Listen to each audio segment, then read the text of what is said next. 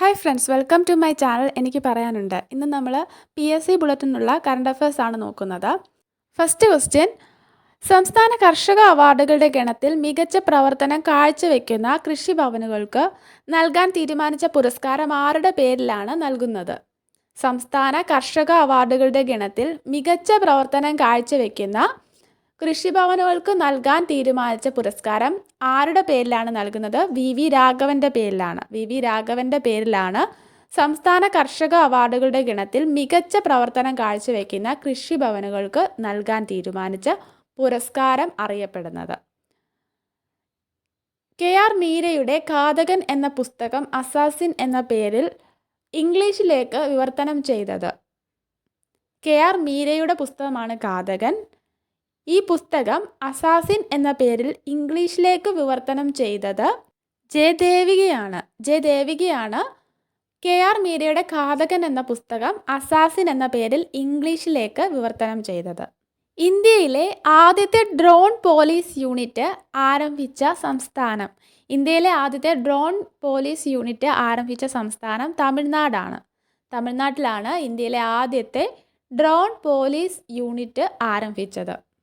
സംസ്ഥാന രൂപവൽക്കരണത്തിനായി ജീവൻ ബലിയർപ്പിച്ചവർക്കായി അമർ ജ്യോതി എന്ന സ്മാരകം നിർമ്മിച്ച സംസ്ഥാനമേത്?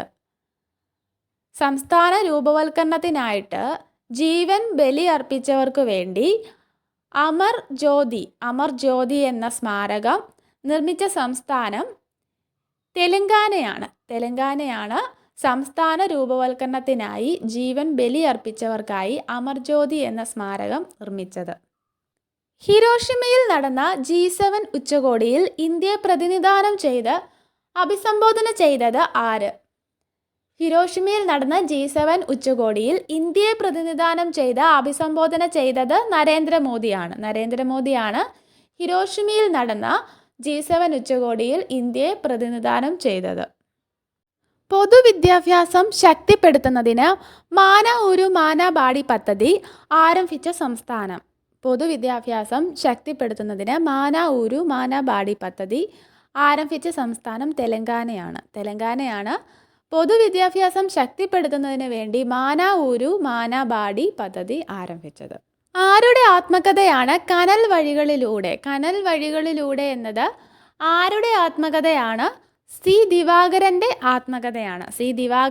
ആത്മകഥയാണ് കനൽ വഴികളിലൂടെ. ഇന്ത്യയിലെ ആദ്യത്തെ ആർട്ടിഫിഷ്യൽ ഇൻ്റലിജൻസ് അധിഷ്ഠിത യൂണിവേഴ്സിറ്റി നിലവിൽ വരുന്ന സംസ്ഥാനം? ഇന്ത്യയിലെ ആദ്യത്തെ ആർട്ടിഫിഷ്യൽ ഇൻ്റലിജൻസ് അധിഷ്ഠിത യൂണിവേഴ്സിറ്റി നിലവിൽ വരുന്ന സംസ്ഥാനം മഹാരാഷ്ട്രയിലാണ് ആദ്യത്തെ ആർട്ടിഫിഷ്യൽ ഇൻ്റലിജൻസ് അധിഷ്ഠിത യൂണിവേഴ്സിറ്റി നിലവിൽ വരുന്നത്. ഇന്ത്യയിലെ ആദ്യത്തെ വ്യോമസേന പൈതൃക കേന്ദ്രം നിലവിൽ വന്നത്? ഇന്ത്യയിലെ ആദ്യത്തെ വ്യോമസേന പൈതൃക കേന്ദ്രം നിലവിൽ വന്നത് ചണ്ഡീഗഡിലാണ് ഇന്ത്യയിലെ ആദ്യത്തെ വ്യോമസേന പൈതൃക കേന്ദ്രം നിലവിൽ വന്നത്.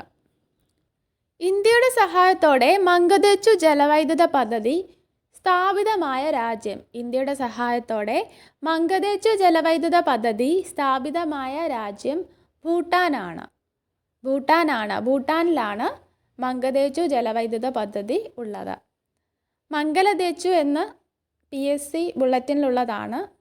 മംഗദേച്ചു എന്നാണ് correct. Doctor APJ Abdul Kalam knowledge centre and space museum നിലവിൽ വരുന്ന ജില്ല?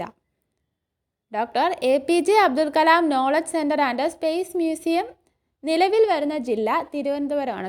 തിരുവനന്തപുരത്താണ് doctor APJ Abdul Kalam knowledge centre and space museum നിലവിൽ വരുന്നത്. പുതിയ ലോകസഭാ ചേംബർ എന്തിനെ ആസ്പദമാക്കിയിട്ടുള്ളതാണ് പുതിയ ലോകസഭാ ചേംബർ? മയിലിനെ ആസ്പദമാക്കിയാണ് പുതിയ ലോകസഭാ ചേംബർ രൂപകൽപ്പന ചെയ്തിട്ടുള്ളത്. പ്രളയം നിയന്ത്രിക്കാനും മഴവെള്ളം സംഭരിക്കാനുമായി സ്പോഞ്ച് സിറ്റി പദ്ധതി നടപ്പിലാക്കാൻ തീരുമാനിച്ച കേരളത്തിലെ നഗരം ഏതാണ്? കൊച്ചിയിലാണ് സ്പോഞ്ച് സിറ്റി പദ്ധതി നടപ്പിലാക്കാൻ വേണ്ടി തീരുമാനിച്ചിരിക്കുന്നത്. 2023 ജൂണിൽ 288 പേരുടെ മരണത്തിനിടയാക്കിയ ബാലസോർ ട്രെയിൻ അപകടം നടന്ന സംസ്ഥാനം. ബാലസോർ എവിടാണ്? ഒഡീഷയിലാണ്. 2023 ജൂണിൽ 288 പേരുടെ മരണത്തിനിടയാക്കിയ ബാലസോർ ട്രെയിൻ അപകടം നടന്നത്. കേരള പൊതുമേഖലാ റിക്രൂട്ട്മെന്റ് ബോർഡ് പ്രഥമ ചെയർമാനായി നിയമിതനായത്. കേരള പൊതുമേഖലാ റിക്രൂട്ട്മെന്റ് ബോർഡ് പ്രഥമ ചെയർമാനായിട്ട് നിയമിതനായത് ഡോക്ടർ VP ജോയ് ആണ്. അപ്പോൾ പ്രഥമ കേരള പൊതുമേഖലാ റിക്രൂട്ട്മെന്റ് ബോർഡ് ചെയർമാൻ ആരാണ്? ഡോക്ടർ VP ജോയ് ആണ്. അടുത്ത ക്വസ്റ്റ്യൻ, ഇന്റർ കോണ്ടിനെന്റൽ ഫുട്ബോൾ ചാമ്പ്യൻഷിപ്പിൽ ഭുവനേശ്വറിൽ നടന്ന ഫൈനലിൽ ലെബനനെ തോൽപ്പിച്ച് ജേതാക്കളായത്. ഇന്റർ കോണ്ടിനെന്റൽ ഫുട്ബോൾ ചാമ്പ്യൻഷിപ്പിൽ ഭുവനേശ്വറിലാണ് ഇന്റർ കോണ്ടിനെന്റൽ ഫുട്ബോൾ ചാമ്പ്യൻഷിപ്പ് നടക്കുന്നത്. അവിടെ ഫൈനലിൽ ലെബനനെ തോൽപ്പിച്ച ജേതാക്കളായത് ഇന്ത്യയാണ്. വീഡിയോ ഉപകാരപ്പെട്ടെങ്കിൽ ലൈക്ക് ചെയ്യുക, ഷെയർ ചെയ്യുക. Thanks for watching.